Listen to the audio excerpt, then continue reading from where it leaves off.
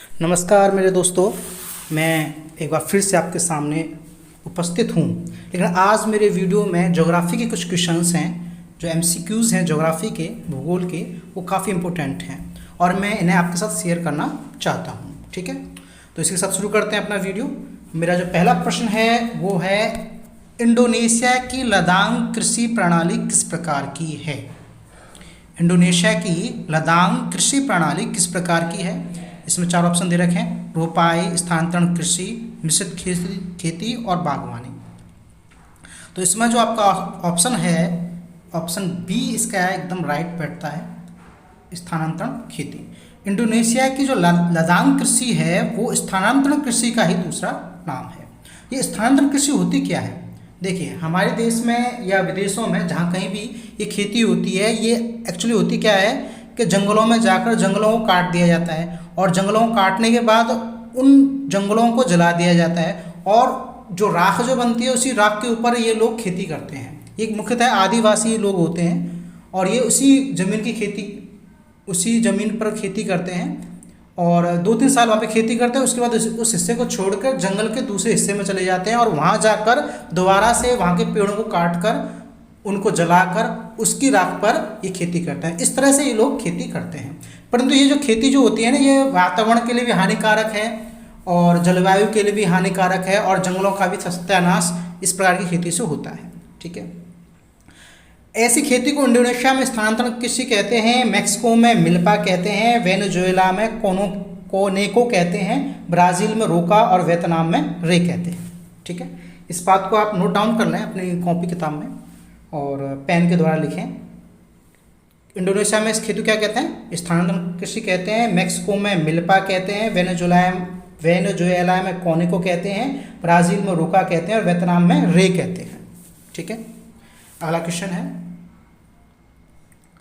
रणजीत सागर बांध नदी घाटी परियोजना किस नदी पर स्थित है? Important question. रणजीत सागर बांध नदी घाटी परियोजना किस नदी पर स्थित है? ऑप्शन है ए रावी, बी सतलुज, सी झेलम और डी सिंधु। तो इसका जो सही आंसर है वो है ऑप्शन ए रावी। ठीक है, इस बांध को थियम डैम भी कहते हैं और इसका जो मुख्य कार्य है वो है जल विद्युत तैयार करना और इस बांध का निर्माण पंजाब सरकार के द्वारा किया गया है और यह जम्मू कश्मीर और पंजाब की सीमा पर स्थित है। ये क्वेश्चन आ सकता है कि रणजीत सागर बांध पंजाब के साथ साथ और किस राज्य की सीमा पर स्थित है? तो आंसर होगा जम्मू कश्मीर। कहने का मतलब ये है कि रणजीत सागर बांध पंजाब और जम्मू कश्मीर की सीमा पर स्थित है। ठीक है, इस परियोजना का जो कार्य था वो 1981 में आरंभ हुआ था और 2001 में पूरा हो गया था और इसकी टोटल जो उत्पादन क्षमता है वो 600 वाट है। कितनी है? 600 वाट। ये जो मैं एक्स्ट्रा जो डिटेल आपको दे रहा हूँ, कृपया ऐसे आप लिख लें, नोट डाउन कर लें और याद भी करें। ठीक है, तो इस तरह से रणजीत सागर बांध कहाँ पर स्थित है? ये रावी नदी पर स्थित है। ठीक है, नेक्स्ट क्वेश्चन, महाराष्ट्र सरकार द्वारा बनाया जा रहा बबली प्रोजेक्ट किस नदी पर स्थित है? तो इसका जो आंसर है वो है ऑप्शन सी गोदावरी। ये जो आपका जो बबली परियोजना है ये महाराष्ट्र सरकार द्वारा बनाया जा रहा है और गोदावरी नदी पर यह प्रोजेक्ट का काम चल रहा है। ठीक है, और परंतु इस प्रोजेक्ट में दिक्कत क्या है कि इस प्रोजेक्ट के द्वारा जो जल इकट्ठा होगा उसके वितरण में काफ़ी परेशानी आ रही है क्योंकि इसमें विवाद उत्पन्न हो गया है। महाराष्ट्र, आंध्र प्रदेश और तेलंगाना के बीच में एक विवाद उत्पन्न हो गया है कि किस तरह से जल का निस्तारण किया जाए, जल का विस्तारण किया जाए, जल का बंटवारा किया जाए। एक बड़ी समस्या बनकर आ गया है। ठीक है, अभी फिलहाल ये मामला कोर्ट में चल रहा है।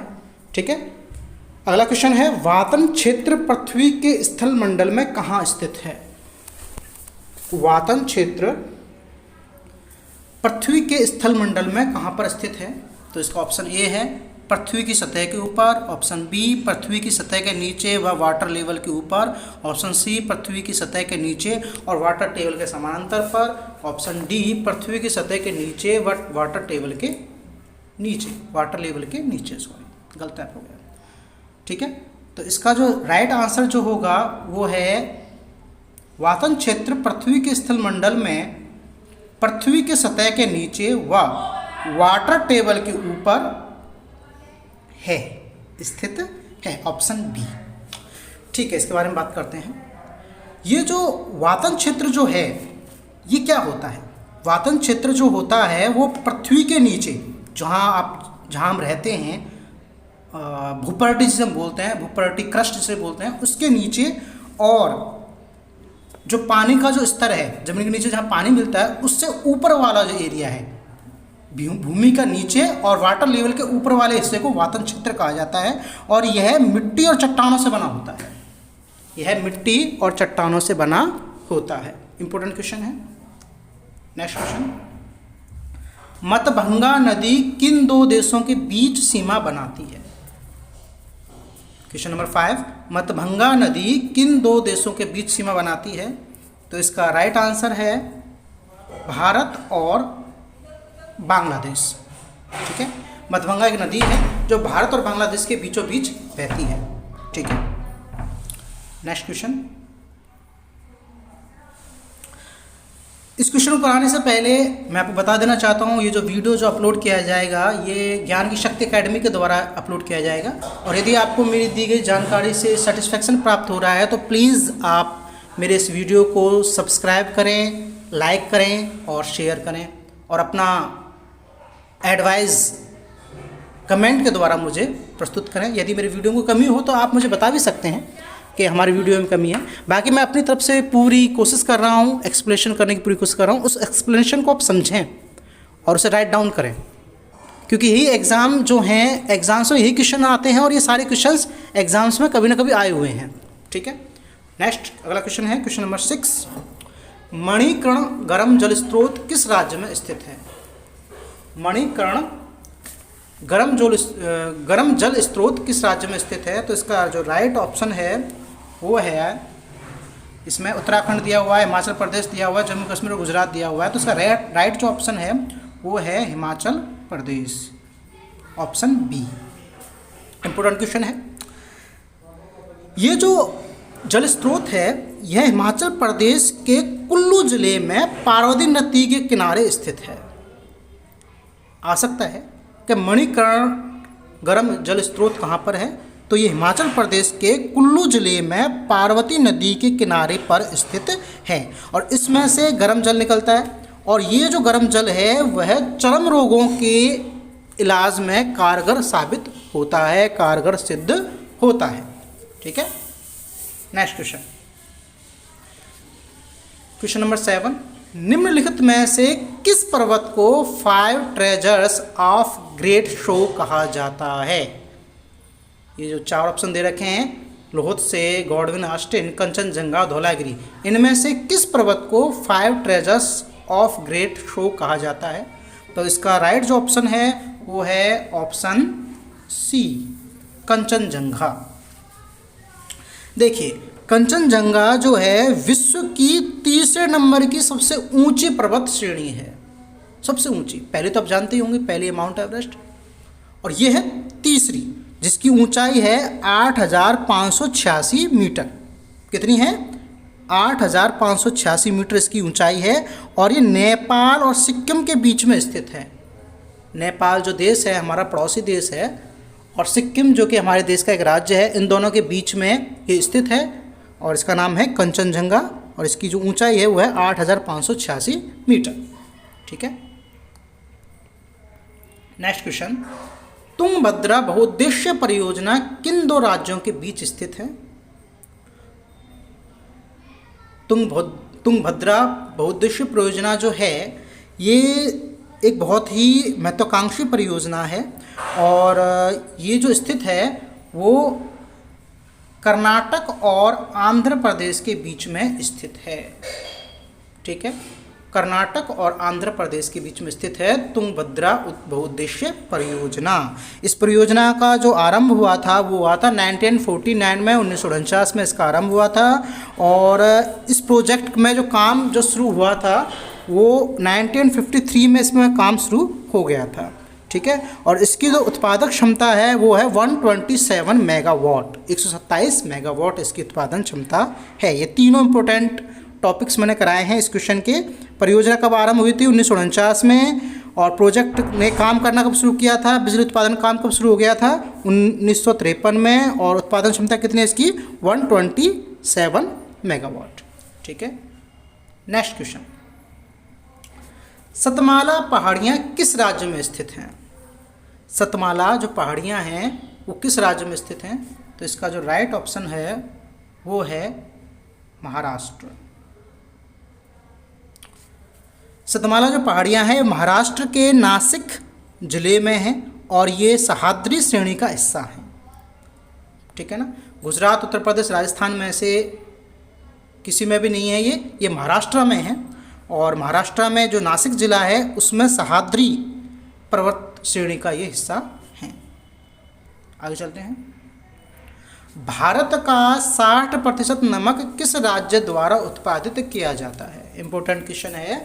भारत का 60% नमक किस राज्य द्वारा उत्पादित किया जाता है? तो इसका जो राइट आंसर है राजस्थान, उड़ीसा, गुजरात और महाराष्ट्र में से इसका राइट आंसर है गुजरात। जी हाँ, गुजरात। वैसे देखा जाए तो पूरे विश्व में भारत नमक पैदा करने में तीसरे नंबर पर है। कौन से नंबर पर है? तीसरे नंबर पर है। और प्रतिवर्ष 160 लाख टन, प्रतिवर्ष 160 लाख टन नमक उत्पादित किया जाता है। और गुजरात के बाद दूसरा नंबर नमक उत्पादन करने में राजस्थान का है, तीसरा नंबर आंध्र प्रदेश का है और चौथा नंबर तमिलनाडु का है। भारत में नंबर 1 पर कौन है नमक पैदा करने में? गुजरात। दूसरे नंबर पर है राजस्थान, तीसरे नंबर पर है आंध्र प्रदेश और चौथे नंबर पर है तमिलनाडु। इसे राइट डाउन कर लें आप प्लीज़। और विश्व में भारत का तीसरा नंबर है नमक उत्पादित करने में। तो इस तरह से मैंने आपको भूगोल के अति महत्वपूर्ण क्वेश्चन आज मैंने आपको कराए हैं 10 क्वेश्चंस। और मुझे उम्मीद है कि मेरा बनाया हुआ ये वीडियो आपको अवश्य पसंद आएगा। इसलिए आप प्लीज़ मेरे जो चैनल है ज्ञान की शक्ति एकेडमी को आप ज्वाइन कर लें, उसे सब्सक्राइब करें और मेरे दिए गए वीडियोस से अपना ज्ञान वर्धन करें, ज्ञान संवर्धन करें।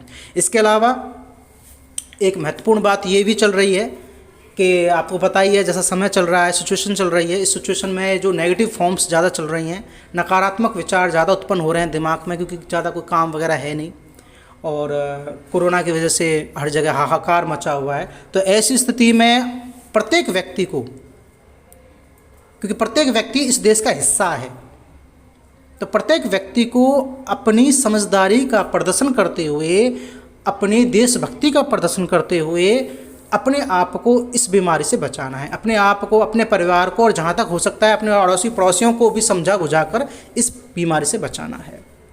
हाथ प्रति 5 मिनट बाद या 2-3 मिनट बाद अपने हाथ धोते रहिए साबुन से और बेवजह ही मार्केट में ना घूमें, घर पर ही रहें, अपने माता पिता का सम्मान करते हुए, उनकी आज्ञा का पालन करते हुए, उन्हें सहयोग देते हुए अपने अधिकांश समय घर पर ही व्यतीत करें। आपको ये अपने लिए नहीं करना, आपको ये अपने माता पिता के लिए करना है, अपने परिवार के लिए करना है और अपने बच्चों के लिए करना है, ठीक है। तो इसी निवेदन के साथ कि आप मेरी बात को समझेंगे और कोरोना से अपने आप को बचाएंगे। और एक बात और, अब धीरे धीरे गर्मियाँ हावी होती जा रही हैं, तो गर्मियों में पानी का भी खर्चा कम ही करें, क्योंकि पानी की मात्रा ज़मीन के नीचे जो है उसी का हम यूज़ करते हैं और वो दिन प्रतिदिन कम होता जा रहा है। और आने वाले समय में ये आप भी जानते हैं और मैं भी जानता हूँ कि पानी की किल्लत आने वाली है, इसलिए पानी को सेव करें और केवल आवश्यक कार्य में ही पानी का यूज़ करें। यूज़ करने में तात्पर्य है पानी को वेस्ट ना करें, ठीक है ना। पानी तो पिया जाएगा, नहाया भी जाएगा पानी से, लेकिन पानी को वेस्ट ना करें और पानी का सदुपयोग करें। इसी के साथ जय हिंद, जय भारत।